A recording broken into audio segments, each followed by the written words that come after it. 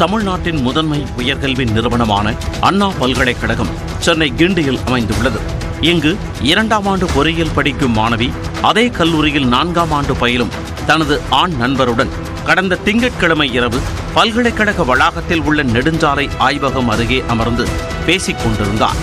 அப்போது இரவு 8 மணி அளவில் அங்கு திடீரென வந்த நபர் ஒருவர் உங்களை வீடியோ எடுத்திருக்கிறேன் எனவும் இருவரையும் கல்லூரியை விட்டு வெளியேற்ற இந்த ஒரு ஆதாரம் போதும் எனவும் கூறி மிரட்டியுள்ளார்.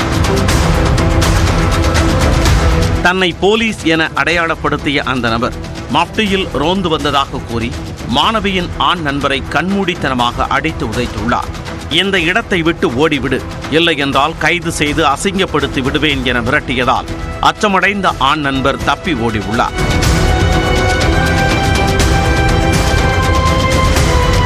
இதனால் தனியாக சிக்கிக்கொண்ட மாணவியிடம் அந்த நபர் பாலியல் அத்துமீறலில் ஈடுபட்டுள்ளார்.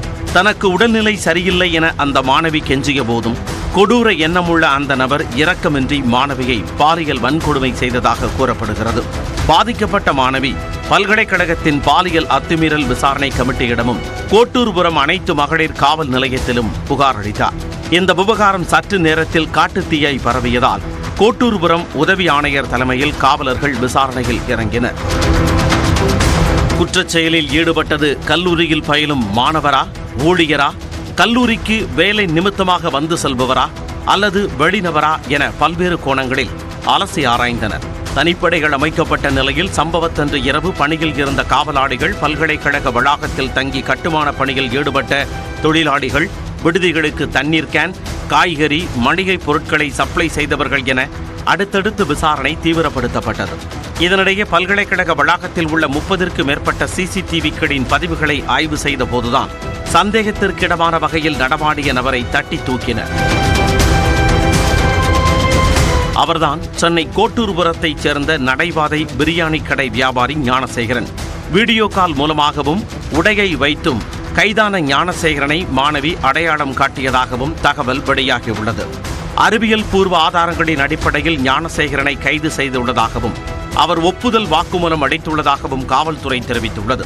தாக்குதல், மிரட்டி பாலியல் வன்கொடுமை செய்தல் என்ற குற்றத்திற்கான 5 சட்ட பிரிவுகளின் கீழ் ஞானசேகரன் மீது காவல்துறையினர் வழக்கு பதிவு செய்துள்ளனர். ஞானசேகரனுக்கு உடந்தையாக வேறு யாரேனும் இருக்கிறார்களா எனவும் காவல்துறையினர் விசாரித்து வருகின்றனர். இதனிடையே கைது செய்யும் போது தப்பியோட முயன்று ஓடிய நிலையில் ஞானசேகரனுக்கு இடது கால் மற்றும் இடது கை எலும்பு முறிவு ஏற்பட்டு மாவு கட்டு போடப்பட்டுள்ளது. மாணவிக்கு பாலியல் கொடுமை அளித்த ஞானசேகரனுக்கு மாவு கட்டு போடப்பட்டுள்ளது. கைது செய்வதற்காக சென்றபோது அவர் தப்பியோட முயற்சித்ததாகவும் அப்போது இடது கால் மற்றும் இடது கையில் எலும்பு முறிவு ஏற்பட்டதாகவும் காவல்துறை தரப்பில் கூறப்படுகிறது. ராயப்பேட்டை மருத்துவமனையில் அவருக்கு மாவு கட்டு போடப்பட்டது.